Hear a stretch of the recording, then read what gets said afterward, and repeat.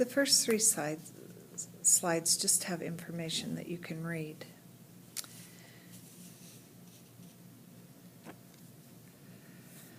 To convert between the different types of units, here we have in 118 degrees, 14 minutes. The first thing is to convert that 14 minutes into a decimal.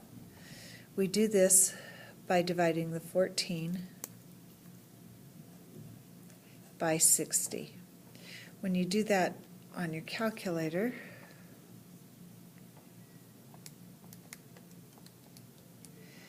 we get 0.233. So this would be 118.233 degrees. Then, to convert that to radians, we would take the 118.233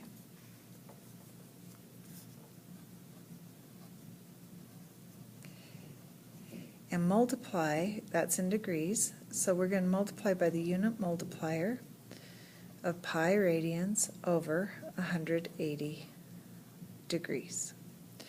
That way the degrees reduce and we're left with radians. So you would take your calculator and you go 118.233, multiply that by pi, and divide that by 180, and you get 2.064.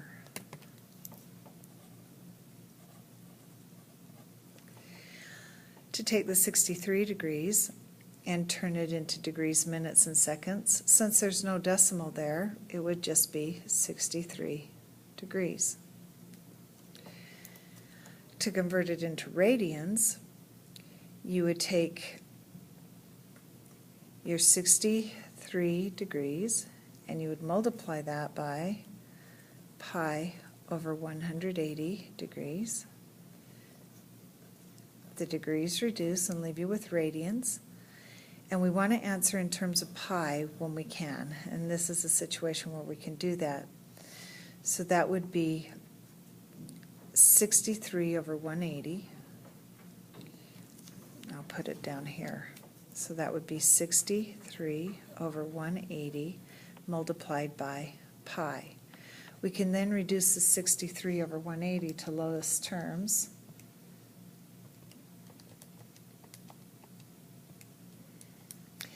And it's 7/20.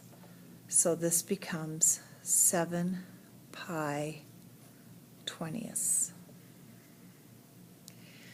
So negative 28 degrees and 46 minutes. I would first take the 46 and divide that by 60. You get 0.76 repeating. So that would be negative 28.7667 degrees. To convert that into radians, since this has a decimal, we won't try to do it in terms of pi. We'll simply do a decimal answer like we did on the first one. So we'll go negative 28.7667 times pi, divide by 180, and you get negative 0.502. Okay, this next one is already in terms of pi, so it's negative 3 pi fourths. So we're going to do a unit multiplier again, but now we want to end with degrees and get rid of the radians, so we're going to times by 180 over pi, where we put the radians in the denominator. So that way the radians reduce and leave us with degrees, the pi's reduce, and we have negative 3 times 180 divided by 4.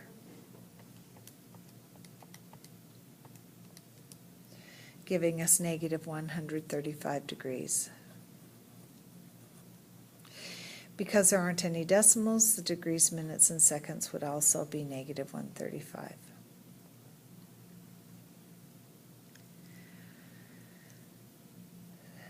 13.45 degrees. We're going to need to put that into degrees, minutes, and seconds. So to get this 0.45 into minutes, I'm going to go 0.45 times 60, because there's 60 minutes in a degree. So 0.45 times 60, and that's 27.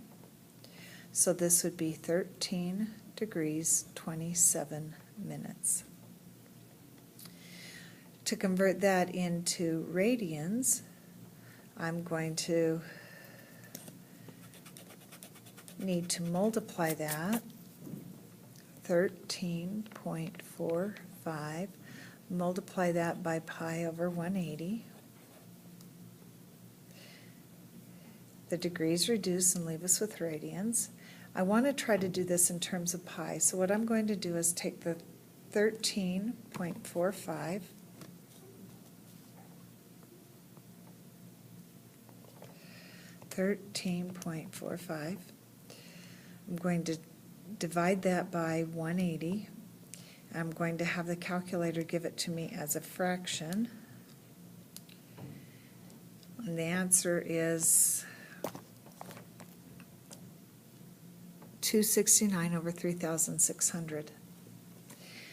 So what I've done there is I've converted this piece into a proper fraction, 269 over 3,600. So it'd be 269 pi over 3,600, putting the pi with the numerator.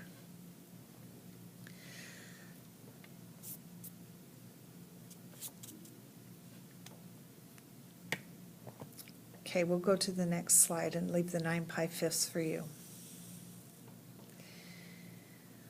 Okay, so 141 degrees, we want a positive and a negative coterminal angle. Since it's in degrees, to get a positive coterminal angle, you can add a full circle, 360. To get a negative, you can usually subtract a full circle, 360. So 141 plus 360 gives us 501 degrees for a positive coterminal angle. And 141 minus 360 gives us negative 219 for a negative coterminal angle. Coterminal means that it ends at the same place. When it's in radians, you would do the same thing with radians. Here, a full circle is 2 pi. So if I convert that into force,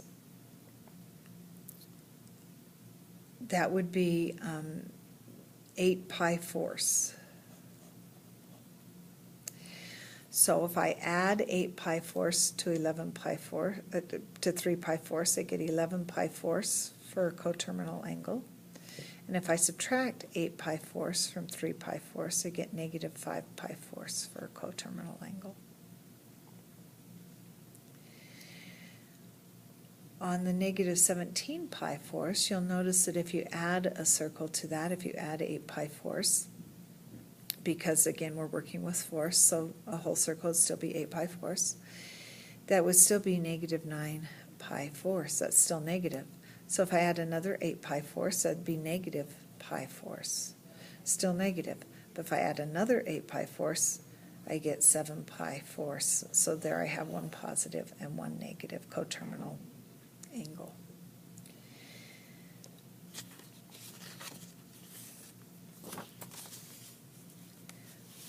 Okay. Name 2 coterminal angles with each of these. So we have 30 degrees, so coterminal, a whole circle around.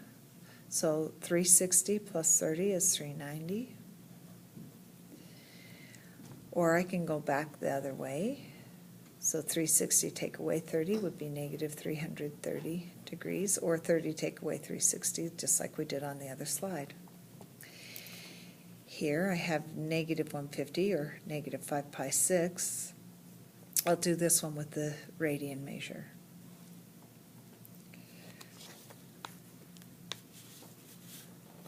So negative 5 pi 6 Since we're dealing with 6, the whole circle would be 12 pi 6, because that reduces to 2. So if I add, I had the negative 5 pi 6. So if I add those, I get 7 pi 6. Or if I subtract the 12 pi 6, I get negative 17 pi 6. So 1 positive, 1 negative.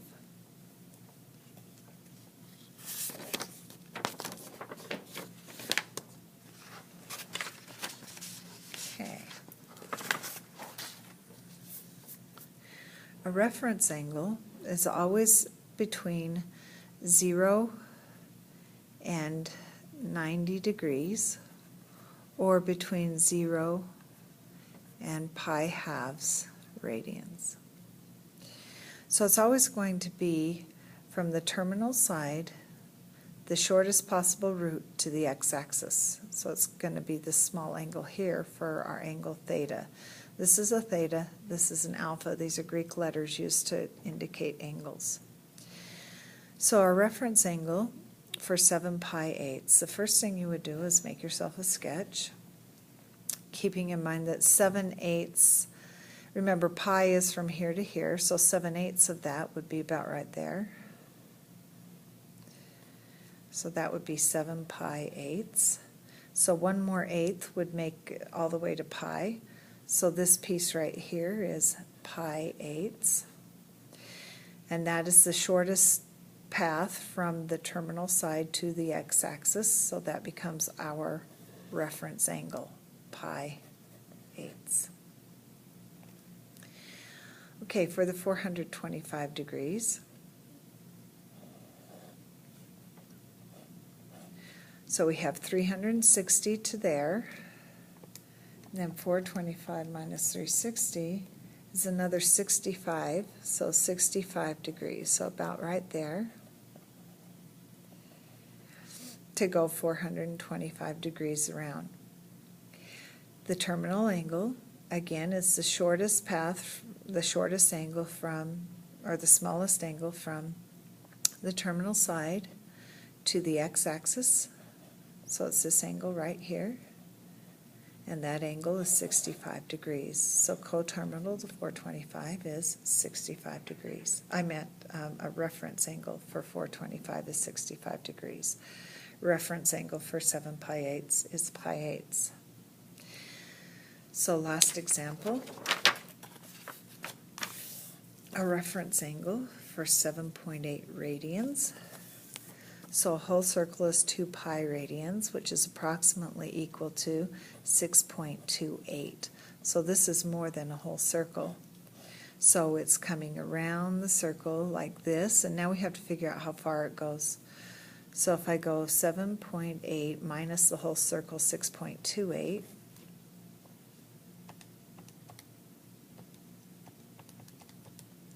we get 1.52. Okay. So we need to know how far that is around here. Well, we know that right here is pi halves. So if we figure out pi halves, we see that that's 1.57 approximately.